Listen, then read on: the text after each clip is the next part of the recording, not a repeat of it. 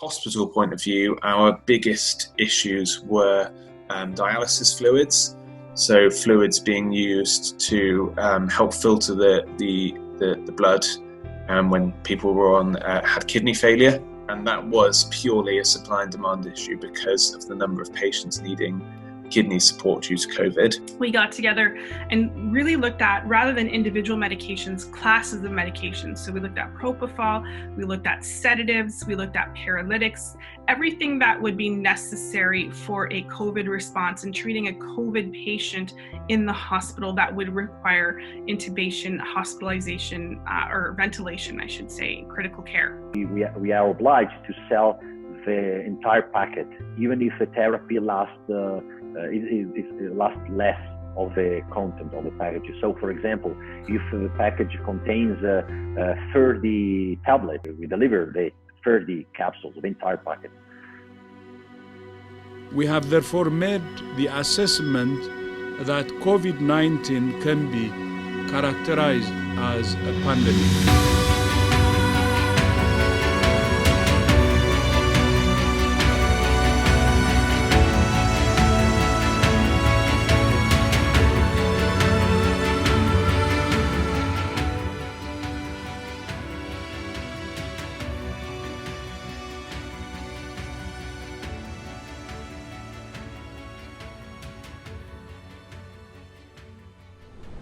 As medication experts, pharmacists are tasked to ensure that patients always have access to the medications they need. During a global pandemic, drug shortages are a concern, which directly impacts pharmacists and their patients. In this episode, we will hear about the issues countries have faced with the drug supply chain and how pharmacists and their respective organizations have stepped up to ensure that the drug supply chain was protected.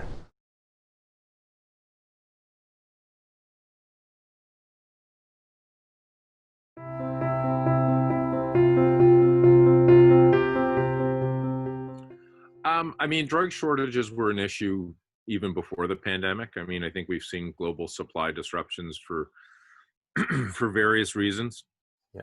The reality is a large number of the global drug supply comes from China and India. And I think when China slowed down early on, then we were already into more severe disruptions than we already had. There was some anticipatory supply issues as people stockpiled, particularly on things like salbutamol inhalers or other sort of respiratory therapies. We did see some people sort of stocking up on hydroxychloroquine and other therapies as well. In Ontario, across Canada, we were limiting patients to 1 month supply at a time to prevent stockpiling. And, generally it would have seemed to work. We now returned to a 3-month supply. And the drug supply overall is somewhat stable, but I don't want to dismiss it because drug shortages were an issue long before this. Yeah.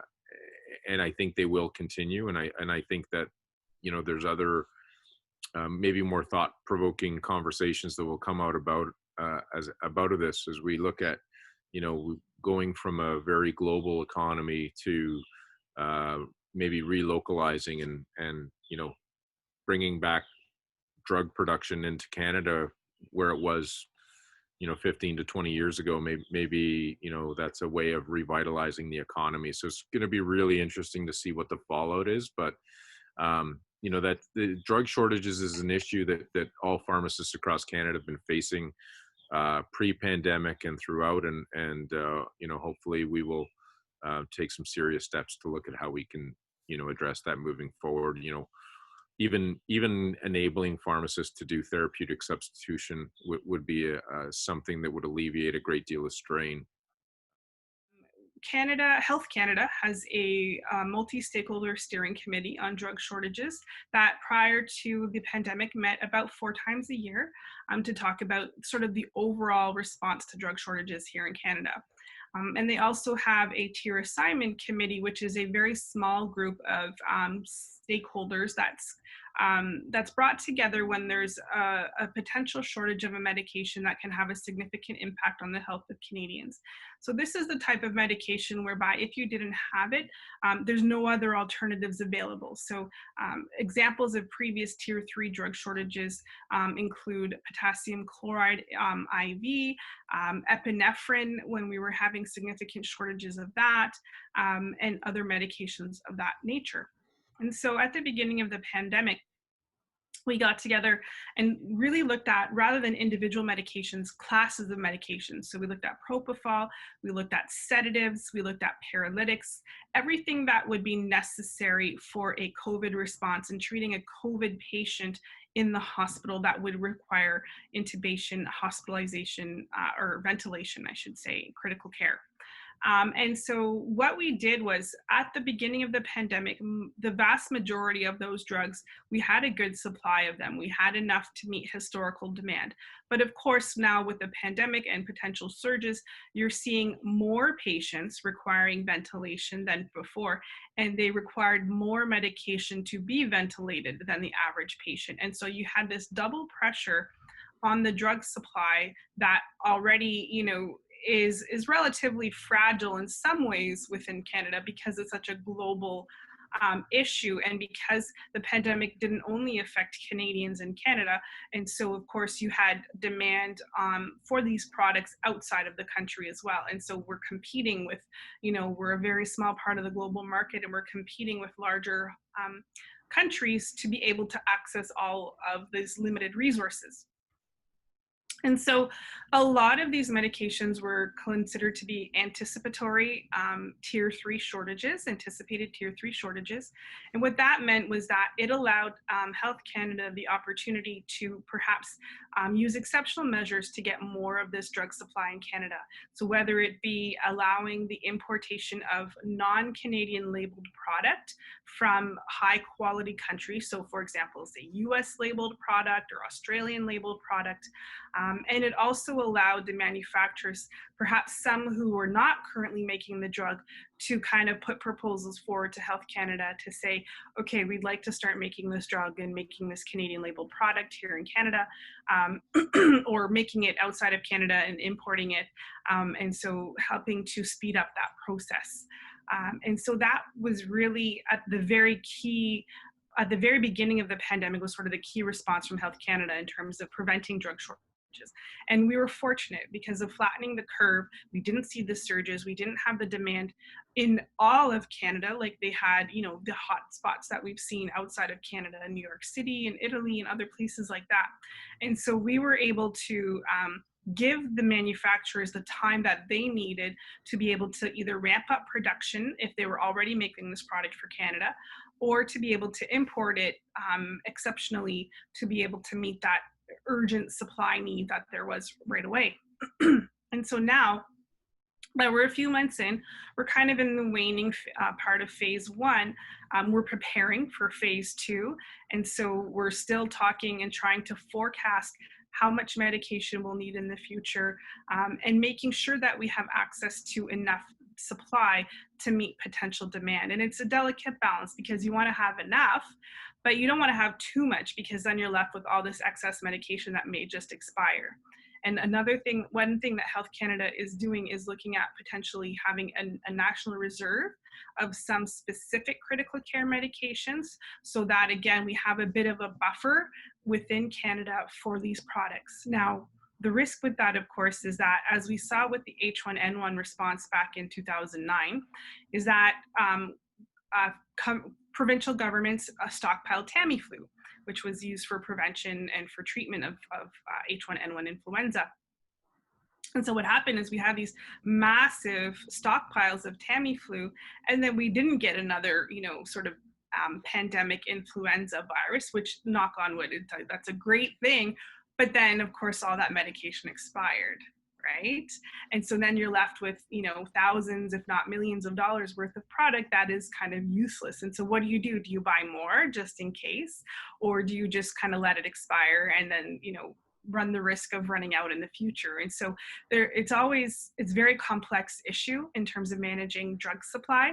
And that's why the response to that is so challenging, because you have to balance off the need to have enough but not have too much, and then what do you do with that stock you have, and do you sort of rotate stock to keep inventory in date, and how do you coordinate that kind of response on a federal level? So it's quite challenging, but Health Canada has really been at the core of the response in terms of ensuring we have a good drug supply in Canada. And I, along with many other stakeholders, have met with Health Canada very regularly over the last several months to discuss specific medications that might be short or that are short. Right. So interestingly, with respect to the drug supply chain in Canada, it was not good before COVID. We probably were faced with the most back orders and shortages of medication we've ever seen. Yeah. And it didn't help because when COVID came either. It made the situation worse. So unfortunately, like, we're in a time right now where pharmacies under a lot of pressures with respect to shortages. So, with some of the measures that the government took to, prepare for, or to prevent shortages was changing the day supply that we were dispensing and reducing that to 30 days for patients on chronic medication. So that helped for sure. So that was probably the number one precaution. I think that restriction has been lifted now because it looks like some of the most common drugs are back to stable amounts in the warehouses. But I think, unfortunately, the situation of drug shortages will always kind of be present at a baseline amount in Canada. So that's something we always have to be aware and cognizant of.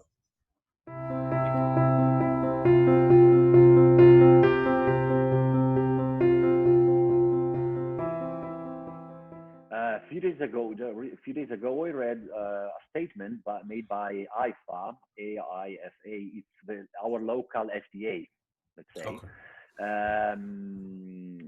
where it was complimenting itself for the great for avoiding any drug shortages during the COVID pandemic lockdown. But this is not true at all, because we had, especially in March and April, a big, not huge, but a big drug shortages, and this was normal because we were only working pharmacies and couriers, but companies, big pharma, were all closed. They were not working, so yes, we had shortages. The most important of all, obviously, was hydroxychloroquine, and our government put some precautions that were actually efficient, because here in Italy we can't divide the therapy. I mean, we are obliged to sell the entire packet, even if the therapy lasts less of the content of the packages. So, for example, if the package contains 30 tablets, but the therapy is for 20, however, we deliver the 30 capsules, the entire packet. At that time, our IFA, our FDA, let's say, quickly released a law where we were allowed to divide the therapy. So the doctor had to indicate the posology, the duration of the treatment, and we were allowed to literally cut the blisters and deliver to a patient the right amount of tablets needed to avoid any waste. And that helped, because from our initial shortage of hydroxychloroquine, we handled it quite good.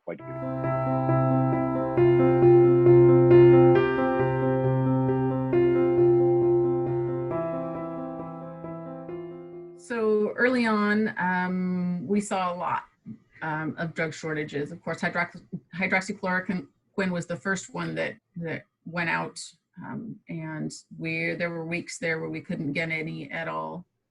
We were fortunate in both of my stores that we had enough on the shelf that we were always able to service our RA patients. We did refuse to fill prescriptions that were written by eye doctors for their entire family, you know, that sort of thing.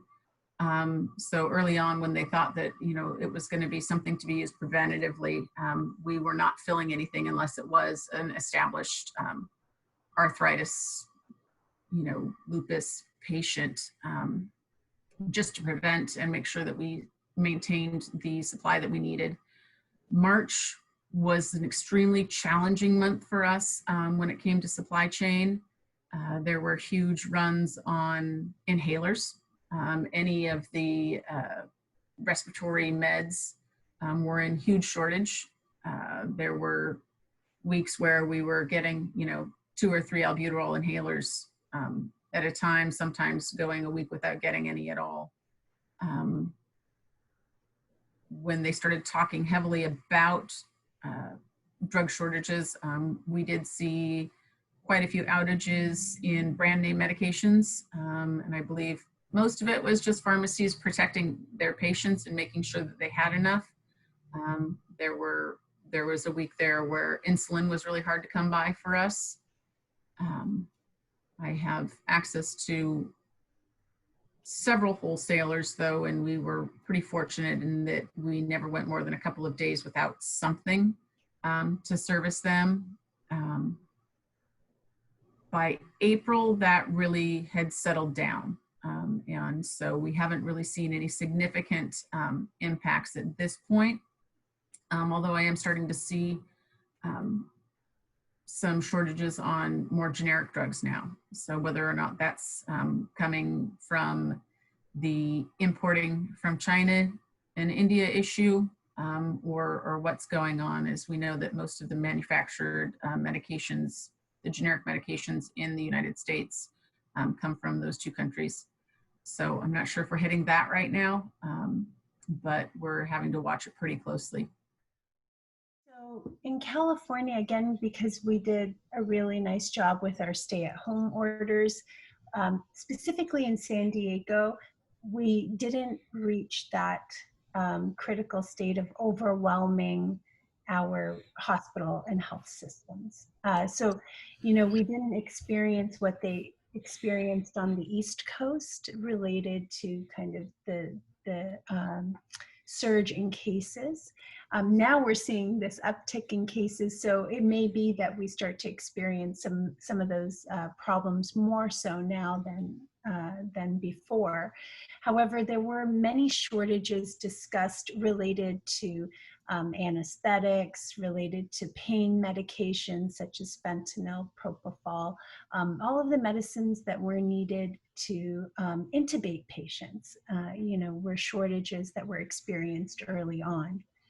And then many problems that we were trying to figure out locally was even related to how do you redesign the medication administration workflow so that you minimize risk to the clinician in entering the room multiple times, right? So we were trying to batch medication administration more so that nurses wouldn't have to enter the room as frequently. Even patients who were in kidney failure and on dialysis, trying to figure out, could we even have the machine outside of the room and have extenders on connections, again, to try to minimize entry in and out of the room. And so as a pharmacist, you know, if you're rounding with the team, you know, there was discussions of doing virtual rounds remotely to promote social distancing, or whether the pharmacist actually had to be physically walking on rounds with the team. So those were just some examples. But in terms of shortages, we didn't have major shortages, you know, but related to, you know, anesthetics and to pain medications. There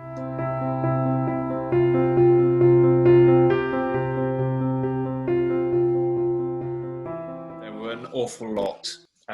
So end of March, you couldn't buy paracetamol, you couldn't buy simple pain relief, all that sort of thing, all of that went.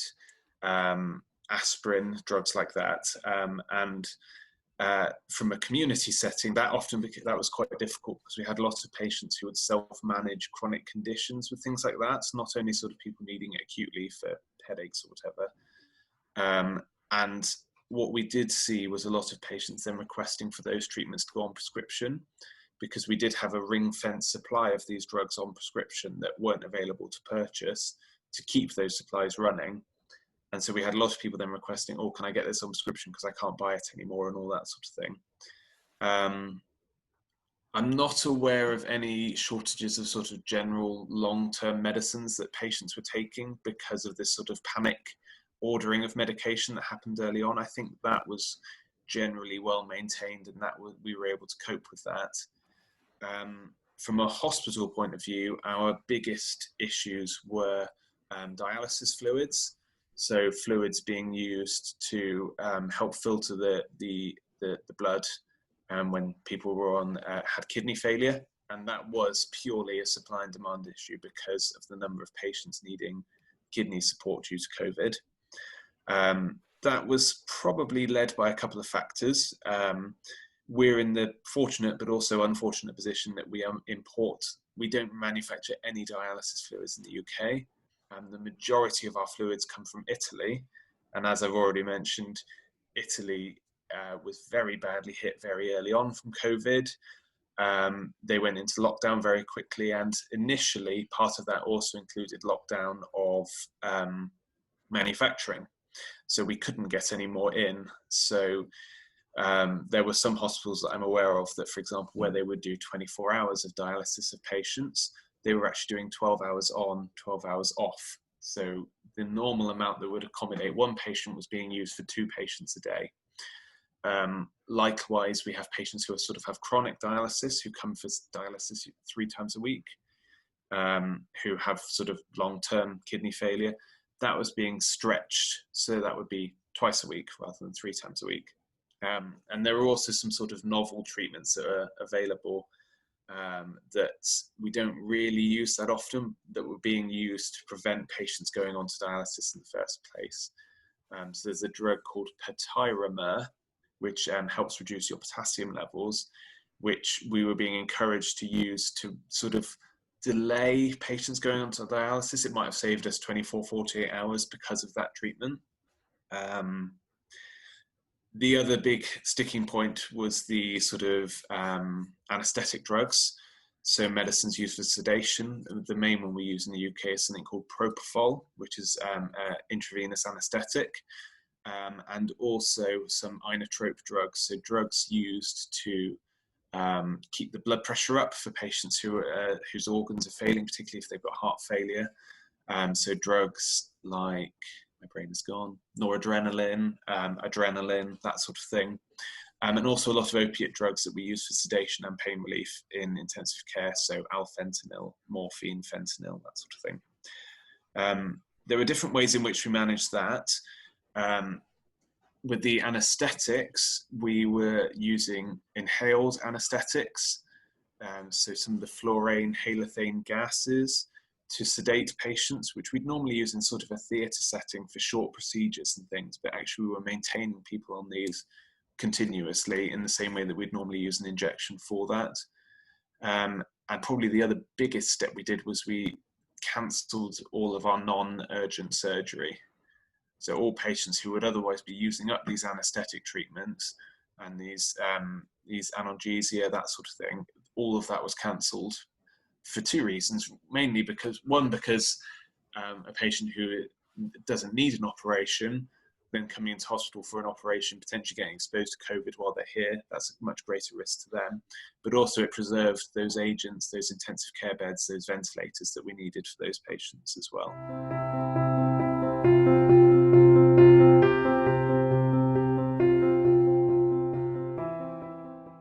Hubo la primera gran ola de pacientes que fue reportada por muchos periódicos o muchas noticias en el mundo, diciendo de que Guayaquil se transformó en la nueva aguja, que es donde empezó este COVID-19.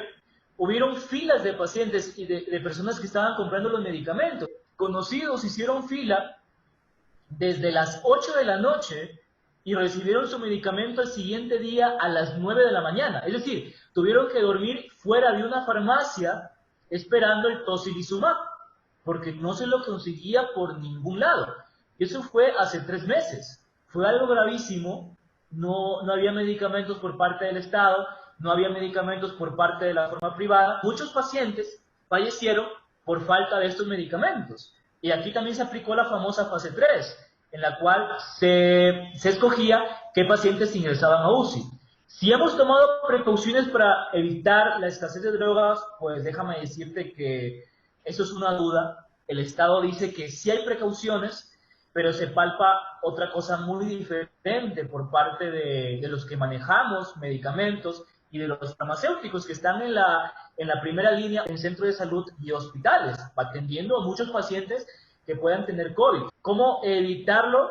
Las precauciones que se han dado es desviar fondos a hospitales, pero estos fondos se están acabando. La entrevista que tuve hoy con una amiga, una colega farmacéutica que trabaja en uno de los hospitales más grandes de Quito, la respuesta fue: ya nos estamos quedando sin medicamentos.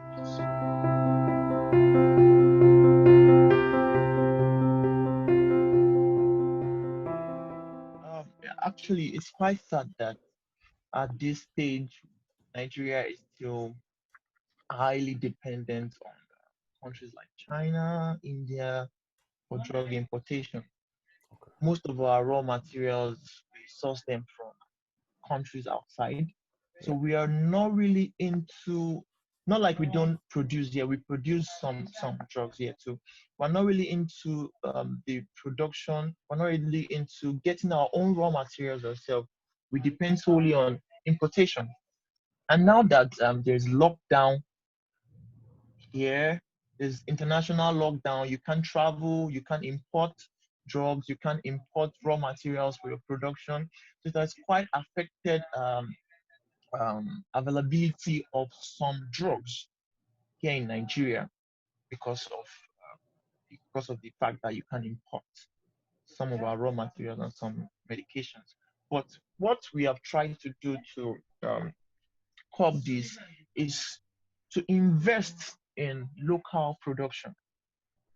So we are also seeking financial support for the up and coming industries, just to help them to develop them, ensure local manufacturing is optimized. And then the supply chain also has been affected in a way because there's restriction to movement. Some areas have curfew, so you can't really move about. You can't transport medications, can't transport materials needed to make sure your medications are in a good condition. For example, the issue of storage. Storage is something you also need to look at in medication, because if the drug is not properly stored, the efficacy will be affected. So the pandemic has actually really, really affected distribution and the coordinated distribution of drugs and medical equipment to serve the people. But these have been looked into, and then we're ensuring that the government tries to support, like financially support local manufacturing industries. And then we should also try to invest in research and development here in Nigeria. I think once we can get all these things done, we won't have the issue of shortage of drugs.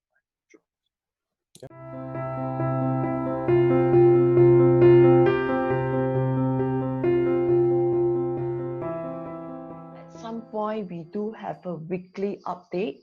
So our pharmacy store will actually update the list of their stock on hold.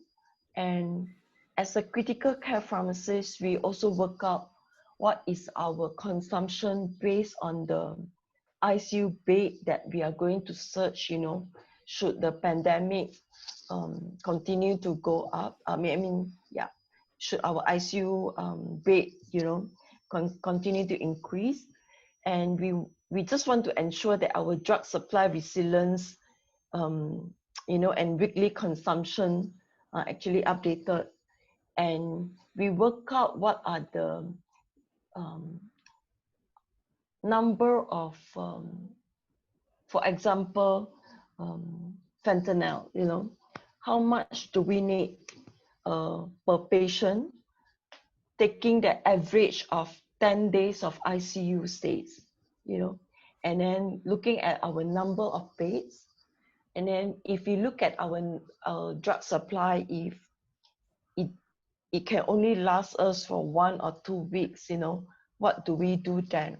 So as an ICU group, we have actually come up with the drug conservation strategies. So we urge all our other areas like palliative care, all other pain management, try to help conserve the use of fentanyl. So our palliative group of physicians and the pharmacists that have actually try to switch to some fentanyl patch, just to spare the use of IV fentanyl. Yeah. And also we are sourcing for more of the drug, and we are looking for alternative. For example, if we are running out of propofol, so what is our next? So we will have a first line of ICU drug that we are using, and then we are also looking at come up with the alternative, and we are sourcing for the alternative as well.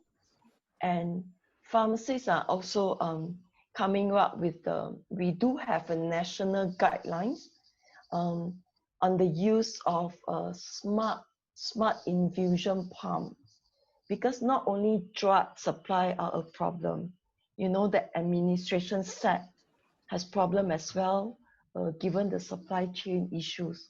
So we are also working with our nursing colleagues on, we will come up with a list of drugs. You know that smart pump versus the usual gravity sets, what are the list of medication that require smart pump, and what are the lists that, not so critical that we can run by gravity set.